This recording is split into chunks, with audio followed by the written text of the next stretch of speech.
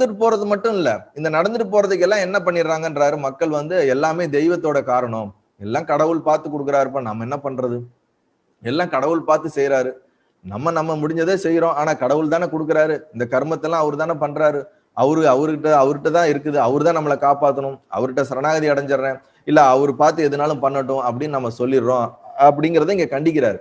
நீ சும்மா சும்மா கடவுள் கடவுள் சொல்லி கடவுள் மேல நீ வந்து உன்னுடைய ரெஸ்பான்சிபிலிட்டி அவர் மேல தூக்கி போடாதன்னு டைரக்டா சொல்றாரு. கடவுளுக்கும் இதுக்கு சம்பந்தமே இல்லைன்றார், தெய்வத்திற்கும் இதற்கு சம்பந்தம் இல்லைன்றார்.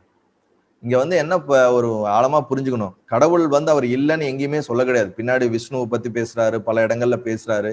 இங்கேயுமே அவர் கடவுள் இல்லைங்கிறது வந்து நாம் கற்பனையாக தெய்வங்களை பற்றி புரிந்து வைத்து, அந்த கற்பனையாக புரிந்து வைத்திருக்க தெய்வங்களுக்கு மேல் நாம ரெஸ்பான்சிபிலிட்டியை போட்டு நாம செய்யக்கூடிய செயல்களை தான் இங்க கண்டிக்கிறார். அவர் என்ன சொல்றாருன்னா, நீ கடவுளுங்கிற அந்த சாப்டரையே ஒதுக்கி வை, நீ ஒரு செயலை செஞ்சேன்னா அந்த செயலுக்கு ஒரு கர்மம் செய்யற, அந்த கர்மத்துக்கு உண்டான பலன் வருது. அப்ப இந்த இடத்துல கடவுளுங்கிறது அவர் என்ன செய்யறாரு, அது என்ன சொல்றாருன்னா, இதுவரைக்கும் நீ செய்த அனைத்து செயல்களுக்கும் பலனை எது உனக்கு அங்கிருந்து உனக்கு தருகிறதோ அதைத்தான் தெய்வம் என்று இந்த இடத்துல அவர் மென்ஷன் பண்றாரு. நல்லா புரிஞ்சுக்கணும். இங்க நாம வந்து கடந்த காலத்துல எந்த செயல் செஞ்சிருக்கோம்னாலும் அந்த செயலுக்கு உண்டான பலனை நம்ம அனுபவிச்சுதான் ஆகணும், அது மாற்று கருத்தே கிடையாது. அப்படி நீ அனுபவிக்கணுங்கிற பட்சத்துல இதுல கடவுள் எங்க வராருன்னு கேட்கிறாரு அவரு. இனிவே நீ செஞ்சதை அனுபவிக்கதான் போற, இன்னைக்கு முயற்சி பண்ணேன்னா ஏற்கனவே செஞ்சதை மாத்த போற, இவ்வளவுதான் உன் கையில தான் இருக்குது எல்லாமே, நீ நினைச்சேன்னா எல்லாத்தையுமே மாத்த முடியும்.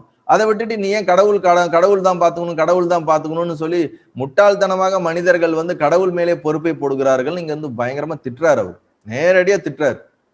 தெய்வத்துக்கும் இதுக்கு சம்பந்தமே கிடையாதுன்றார், நீ தெய்வத்தை தப்பா புரிஞ்சிருக்கிற அப்படிங்கிறார். இப்ப நான் ஒரு விஷயங்கள் படிச்சேன், எல்லாமே வந்து தப்பெல்லாம் பண்ணிடுவாங்க, லாஸ்ட்ல வந்து கடவுள்கிட்ட கொண்டு போய் விட்டுருவாங்க, கடவுளே நீ தான் காப்பாற்றணும். இவங்க ஹெல்த்தை ஒழுங்கா பாத்துக்க மாட்டாங்க, ஏகப்பட்ட டிசீஸ் வந்துடும். லாஸ்ட்ல வந்து ஐயோ நான் உனக்கு வருஷம் ஃபுல்லா நான் விளக்கு போட்டேனே, நீ எனக்கு இப்படி நோயை கொடுத்துட்டேம்பாங்க.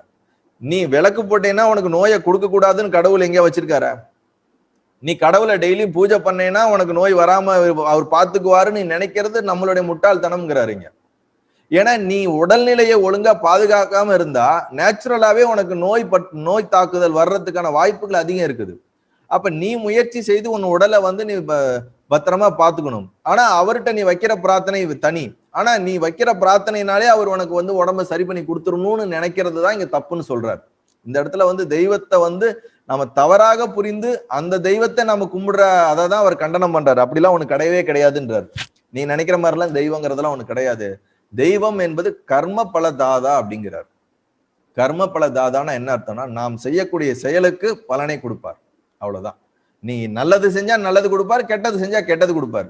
நீ அவருக்கு வந்து டெய்லியும் வந்து 10 நாள் வந்து நான் வந்து டெய்லியும் வந்து நான் அவருக்கு வந்து அங்கப்பிரவேசனம் பண்ணேன், நான் 10 நாள் வந்து நான் அவருக்கு வந்து நெய்வேத்தியம் பண்ணேன், நான் வருஷம் ஃபுல்லா அவருக்கு விளக்கு போட்டேன், அதனால எனக்கு ஸ்பெஷலா கவனிப்பாரு அப்படின்லாம் நினைச்சா அவர் திட்டுறாரு அந்த இடத்துல. அப்படிலாம் ஒரு மண்ணாங்கட்டி பண்ண மாட்டாருன்றார். நீ அப்படிலாம் பண்ணி நீ ஏதாவது யோசிச்சுட்டு அது உன்னுடைய மூடத்தனம் அப்படின்றார். அதெல்லாம் என்ன சொல்ல வர்றாருன்னா, மனிதன் தன்னுடைய பயத்துக்கு பக்தி செலுத்துகிறான் அப்படிங்கிறார்.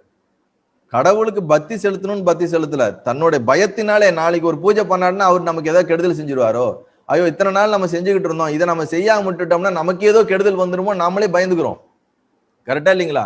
டெய்லி விளக்கேத்துறவங்க ஒரு 2 நாள் விளக்கேத்தலன்னா ஐயோ 2 நாள் விளக்கேத்தலையே நமக்கு ஏதாவது நெகட்டிவா வந்துருமோ அப்படின்னு நம்ம கற்பனை பண்ணிக்கிறோம். ஆனா அதுக்கு என்ன நினைச்சுக்கிறோம், கடவுள் ஏதாவது செஞ்சுட்டாருன்னா என்ன பண்ணுறது, நமக்குள்ள ஒரு பயம் வந்துருது.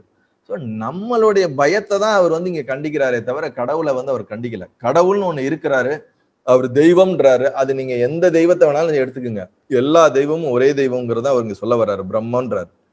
அந்த பிரம்மமும் வந்து உங்களுக்கு ஏத்த மாதிரி விருப்பத்துக்கு ஏத்த மாதிரி உங்களுக்கு நல்லது செய்யும் கெட்டது செய்யலாம் செய்யாதுன்றாரு. நீ என்ன செயல் செய்யறியோ அந்த செயலுக்கு உண்டான பலன் உனக்கு அன்காம்ப்ரமைஸ்டா உனக்கு தரும்ன்றார். நல்லது செஞ்சா நல்லது தரும், கெட்டது செஞ்சா கெட்டது தந்தே தீருன்றார். ஒரு எக்ஸாம்பிள் பார்த்தோம்னு வச்சுக்கோங்களேன், ஒரு 2 திருடர்கள் இருக்காங்க. 2 திருடர்கள் வந்து ஒரு ஊர்ல போய் திருடிட்டு வந்து அவங்க ஊரை விட்டு எஸ்கேப் ஆகும்போது ஒரு வழியா காட்டு வழியா போகும்போது ஒரு சின்ன ஒரு பிள்ளையார் கோயில் இருக்கு. அந்த பிள்ளையார் கோயில்ல போய் 2 பேரும் படுத்துட்டாங்க.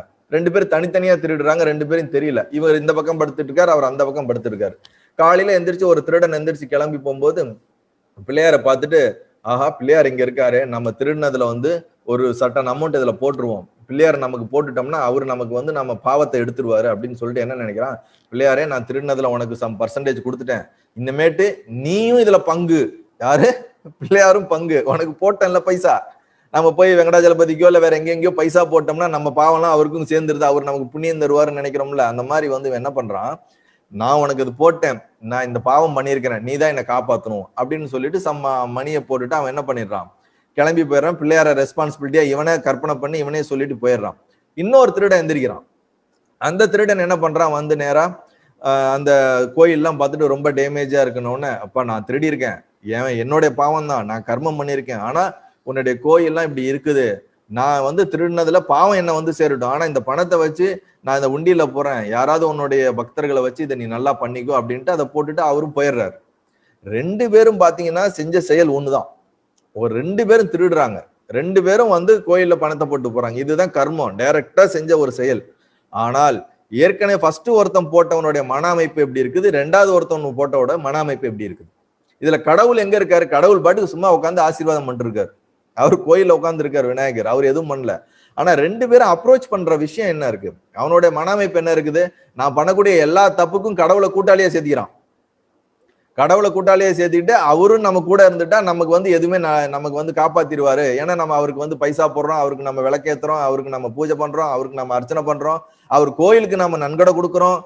பல விஷயங்கள்லாம் நம்ம செய்யறதன் மூலியமா நம்ம செயலுக்கெல்லாம் நம்ம பண்ற தப்புக்கெல்லாம் வந்து அவர் வந்து நமக்கு வந்து சப்போர்ட் பண்ணுவாரு அப்படின்னு நம்ம கற்பனை பண்ற மாதிரி ஒரு கற்பனையான விஷயத்துக்கு பண்ணிட்டு போயிடுறாங்க மக்கள். அந்த விஷயத்தை தான் இங்க வந்து வசிஷ்டர் ரொம்ப தெளிவா கண்டிக்கிறார்.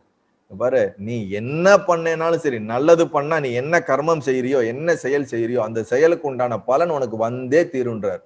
1000 கோயிலுக்கு போ, 1000 பூஜை பண்ணு, 1000 அபிஷேகம் பண்ணு, ஆனால் நீ தவறான ஒரு செயல் செய்யும் பொழுது அந்த செயலுக்கு உண்டான நேரடியான அதுக்கு உண்டான தவறான பலன், அதை நீ அனுபவிக்க வேண்டிய பலன் உனக்கு வரும். இந்த இடத்துல கடவுள் உன்னை வந்து காம்ப்ரமைஸ் பண்ணி உன்னை காப்பாத்துவாருன்னு நினைக்காத, பண்ணவே மாட்டாருன்றார்.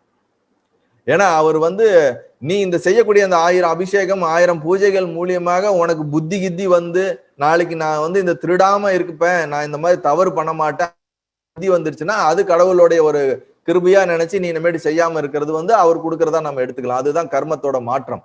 ஆனா நீ பண்றது எல்லாமே தப்பு பண்ணுவேன், எல்லா ஃப்ராடுத்தனம் பண்றது.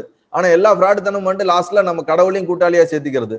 சரி நம்ம எல்லாம் பண்றோம், லாஸ்ட்ல நமக்கு அவரை கண்டுக்காம விட்டுட்டோம்னா, கண்டுக்காம விட்டனால அவரு நமக்கு ஏதாவது நெகட்டிவா செஞ்சுட்டாருன்னா என்ன பண்றதுன்னு அதுக்கு நம்ம என்ன பண்ணிக்கிறோம், ஏதாவது அவருக்கு ஒரு பூஜை புனஸ்காரம் எல்லாம் பண்ணிக்கிட்டு இந்த மாதிரி எதையோ ஒண்ணு பண்ணிக்கிறோம்.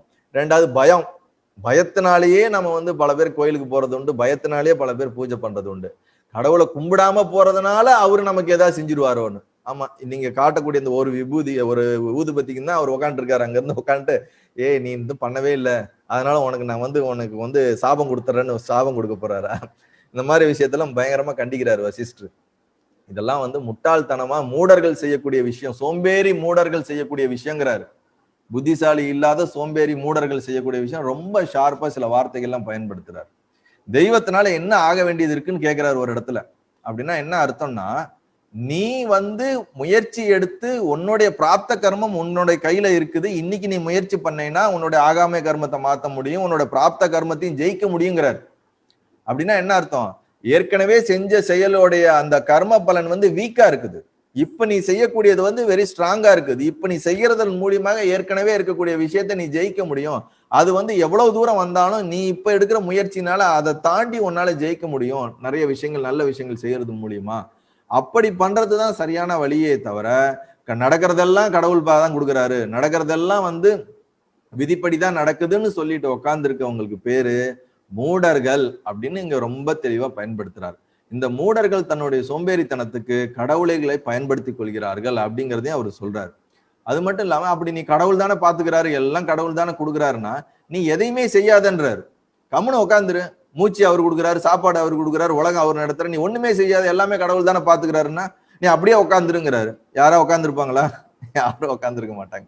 நம்ம அடுத்த வேலை சாப்பிடணுமே எந்திரிச்சு போறோம். அப்ப நீ உன்னோட முயற்சியில செய்ய வேண்டியது செஞ்சுட்டு தானே இருக்கணும்னு அர்த்தம். நம்ம எல்லாம் சரி எல்லாம் கடவுள் பாத்துக்கிறார், நான் இனிமேட்டு இந்த சேரை விட்டு எந்திரிக்கவே மாட்டேன் அப்படியே உட்காந்துட்டே இருந்தா என்ன ஆகும்? அப்படியே அவர் எல்லாம் பாத்துக்கிறாருன்னு முழுமையான 100% சரணாதியோட உட்காந்துட்டீங்கன்னா அது அப்சல்யூட்லி ரைட்டு. ஆனா நம்ம மனசு அப்படி ஏத்துக்குமா? ஏத்துக்காதே. கடவுள் இருக்காரு, சாப்பாடு நான் தானே சாப்பிடணும், கடவுள் இருக்காரு நான் தானே சம்பாதிக்கணும், வருதா இல்லையா? அப்ப நாம் வேணுங்கிற இடத்துல தெய்வத்தை பிடிச்சு வச்சுக்கிறோம். வேணாங்கிற இடத்துல தெய்வத்தை என்ன பண்றோம், தூரம் தள்ளிடுறோம். அப்ப நம்மளுடைய விருப்பு வெறுப்புக்கோசரம் நம்ம வந்து நம்மளுடைய அறியாமைக்கும் நம்மளுடைய கற்பனைக்கும் தெய்வங்களை பயன்படுத்தி கொள்கின்றோம் அப்படிங்கறதான் இங்க அவரு சத்தம் போடுறாரு வசிஷ்டர். நீங்க அந்த மாதிரி கற்பனையா நீங்க வந்து பயன்படுத்திட்டு அவங்க பேரை யூஸ் பண்ணாதீங்க, அது வந்து ரொம்ப தப்பு அப்படிங்கறத அவர் சொல்றாரு. அந்த மாதிரி எல்லாம் ஒரு தெய்வங்களே கிடையாது அப்படின்றாரு. கர்ம பல தாதா, நீ என்ன செயல் செய்யறியோ அந்த செயலுக்கு அவர் பலனை கொடுப்பார். நல்லது செஞ்சா நல்லது, கெடுதல் செஞ்சா கெடுதல். அதனால சாஸ்திர அவர் சொல்றார் வசிஷ்டர், சாஸ்திர விதிப்படி, பெரியோர்கள் சொன்ன விதிப்படி நல்ல காரியங்களை செய்து மனதை நல்ல பக்குவப்படுத்தி நல்ல முயற்சிகள் செய்து சத்கர்மங்களை செய்து நல்ல மனிதர்களோட சேர்ந்து நல்ல விஷயங்களை கத்துக்கொண்டு அதன் மூலியம் ஒன்றில் இருக்கக்கூடிய அஞ்ஞானத்தை நீக்குவதற்கு முயற்சி செய்ய வேண்டும். பௌரூசம் என்று பெயர் அதுக்கு. முயற்சி, விடாமுயற்சிக்கு வந்து பௌரூசம் என்று பெயர். அந்த தொடர்ந்து முயற்சியை வந்து முயற்சி ஒண்ணு செஞ்சேன்னா போதும் பிரம்ம பதவியே கிடைக்கும்ன்றார். முயற்சி தொடர்ந்து செஞ்சுக்கிட்டே இருந்தேன்னா உனக்கு ரிசல்ட் கண்டிப்பா அங்க கிடைச்சா, உனக்கு ரிசல்ட் கிடைக்கலன்னாவே நீ ஒழுங்கா முயற்சி பண்ணலன்றார். ரிசல்ட் உனக்கு கிடைக்கல அப்படின்னா நீ இன்னும் முயற்சி அதிகப்படுத்த வேண்டியது இருக்கு. நீ அந்த வெற்றிக்கோ அந்த இலக்குக்கோ நீ அடைய வேண்டியதுக்கு இன்னும் முயற்சி பண்ண வேண்டியது இருக்குது. ஃபார் எக்ஸாம்பிள் நீங்க வந்து ஒரு விளையாட்டா எடுத்துக்கோங்க, ஒரு ஒலிம்பிக்கா இருக்குங்க. அவங்க தொடர்ந்து பிராக்டிஸ் பண்ணி பண்ணி பண்ணி பண்ணி தான் ஜெயிக்க முடியுமே தவிர பிராக்டிஸ் பண்ணாம ஜெயிக்க முடியாது. நம்ம நிறைய நான் பார்த்திருக்கேன், தவறுக்கு சொல்ல வரல. இப்ப நம்ம இந்த ஸ்கூல் பசங்க எல்லாம் என்ன பண்ணுவாங்க, ஸ்ரீராம ஜெயம் எழுதி அனுமாருக்கு போடுவாங்க, ஏன்னா எக்ஸாம்ல பாஸ் ஆகணும்னு. நிறைய நம்ம கேள்விப்பட்டிருப்போம். எல்லாரும் அனுமாருக்கு போடுவாங்க, பல ஜெயத்துக்கு போடுவாங்க. இப்ப ஒரு குழந்தை வந்து நான் அனுமாருக்கு வந்து நான் ஸ்ரீராம ஜெயம் எழுதி போட்டிருக்கேன், அதனால நான் பாஸ் ஆயிடுவேன் நினைச்சா ஆயிட முடியுமா? நீ எக்ஸாம் எழுதணும்ல, நாம படிக்கணும்ல. இப்ப நம்ம படிச்சு நம்ம பண்ண வேண்டிய முயற்சியை நம்ம பண்ணணும். அவர் வந்து நமக்கு என்ன கர்மமோ பிராப்தமோ அதுக்கு உண்டான செயலை அவர் இண்டிபெண்டா செய்வாரு. ஆனா நம்ம என்ன பண்ணிடுறோம், அவர் மேல பொறுப்பை போட்டு ஐயோ நான் அனுமாருக்குலாம் நான் ஸ்ரீராம ஜெயம் எல்லாம் எழுதுனே என்ன ஃபெயில் ஆக்கிட்டாரு, இல்ல பிள்ளையாருக்கு தேங்காய்லாம் நான் உடைச்சேனே என்ன ஃபெயில் ஆக்கிட்டாரு. கரெக்டா இல்லையா? சோ நம்மளுடைய பக்குவமற்ற தன்மைக்கு தான் தெய்வங்களை பிடிச்சுக்கிட்டு இருக்கிறோம் அப்படின்னு அவர் சொல்றாரு அங்க ரொம்ப தெளிவா. எப்படி ஒரு குழந்தைகளுக்கு வந்து இந்த நிலாவை பார்த்துட்டு அங்க பாரு நிலா இருக்குது, அது வருது பாரு, அங்க பாரு பூச்சாண்டி வராங்க பாரு, சாப்பாடு ஊட்டுற மாதிரி இந்த மனிதர்கள் வந்து தெய்வங்களை எடுத்துக்கொண்டு தன்னுடைய மூடத்தன்மைகளுக்கு பயன்படுத்தி கொள்கிறார்கள். அது மிகவும் கண்டிக்கத்தக்கது. அதை நான் ஏற்றுக்கொள்ள மாட்டேன்னு ரொம்ப தெளிவா இங்க அடிக்கிறார். அதனால எல்லாம் புரிஞ்சுக்குங்க, தெய்வம் என்பது இருக்கிறது, அவர் எங்கேயுமே இல்லைன்னு சொல்ல வரல. அந்த தெய்வம் வந்து கர்ம பல தாதா, ஈஸ்வரன். அது எந்த தெய்வமா இருக்கட்டும், ஒரு தெய்வம் அது நீ செய்யக்கூடிய செயலுக்கு பலனை தரும். நீ என்ன செயல் செய்யோ, நல்லது செஞ்சா நல்ல பலன் தரும், கெட்ட செயல் செஞ்சா கெட்ட பலன் தரும். நீ அவங்களுக்கு நீ அப்படின்னா நீ கேட்கலாம், ஓ அப்படின்னா நான் பண்ணாமே விட்டுறலாமே, எல்லாம் செய்யற செயலுக்கு எல்லாமே வந்து பதில் தருதுன்னா நான் ஏன் பண்ணணும்னா பண்ணாம இருங்க, யார் வேணான்னா. அப்படி இருந்ததுக்கு என்ன ஆகும்னா, அப்படி காலப்போக்குல நீ முயற்சி எதுவுமே பண்ணாமல் ஒரு சோம்பேறித்தனமாய் மந்தத்தன்மையாக போய் விடுவாய் அப்படின்றார். அப்படியும் இல்லாம இருக்கக்கூடாது, செயல்களை சத்கர்மங்களை தொடர்ந்து செஞ்சுக்கிட்டே இருக்கணுங்கிறார் சாஸ்திர மொழிப்படி. நல்லது.